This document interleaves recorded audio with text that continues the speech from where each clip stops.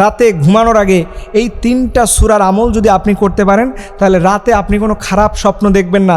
অনেক সময় দেখবেন আমরা ঘুমোতে গেলে বোবায় ধরে, মনে হয় যে পুরো শরীরটা কে যেন চেপে ধরছে, একবারে মনে হয় শ্বাস বের হয়ে যাবে।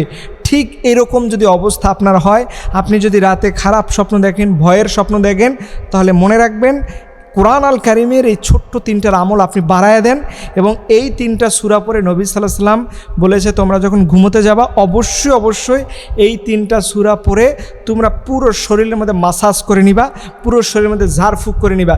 তাহলে বোঝা যায় যে এই 3টা সূরা রাতে ঘুমানোর আগে পড়া অত্যন্ত জরুরি।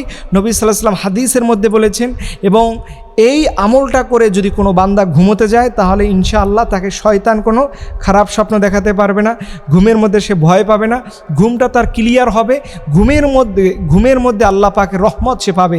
কারণ আল্লাহ বলছে ঘুমটাও হচ্ছে একজন বান্দার জন্য নেয়ামত।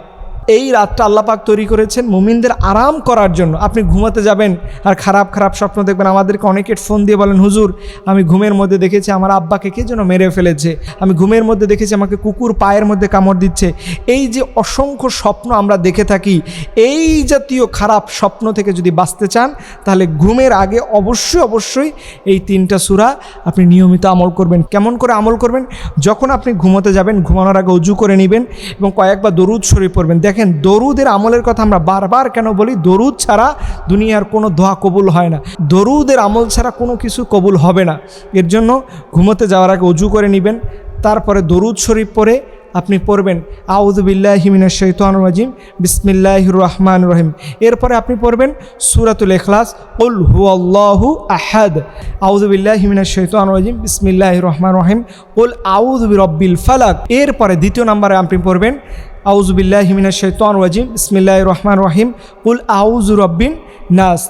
এই 3টা সূরা পুরোটাই পড়তে হবে। আমি আপনাদের একটা আয়াত বলেছি, এটার পুরোটা পড়ে আপনি হাতের মধ্যে নেবেন, ফু দিয়ে পুরো শরীরের মধ্যে মাসাজ করে দিবেন। আল্লাহ সুবহানাহু ওয়া তাআলা দেখবেন আপনাকে যাবতীয় সকল প্রকার শয়তানের ওয়াসওয়াসা থেকে, খারাপ স্বপ্ন থেকে, যাবতীয় বিপদ আপদের হাত থেকে আল্লাহ পাক ওই রাতে আপনাকে সেভ করে নেবে। এর জন্য অনেকেই আমাদের কাছে যারা বলেন এই আমলটা নিয়মিত করুন, দেখবেন আস্তে আস্তে করে খারাপ জিনের আসর, খারাপ কিছুর প্রভাব এটা আস্তে আস্তে করে কেটে যাবে। আল্লাহর নবী সাল্লাল্লাহু আলাইহি ওয়াসাল্লাম এই আমলটা করেছেন। তাই আমাদের সবার উচিত হচ্ছে আমরা যেন সবসময় চেষ্টা করি নিয়মিত আমলগুলো করার। আল্লাহ রাব্বুল আলামিন যেন আমাদেরকে বেশি করে কোরআন এবং হাদিসের আমলগুলো ইয়াকিন আর বিশ্বাসের সাথে আমল করা তৌফিক দান করে। সবাই বলুন আমিন।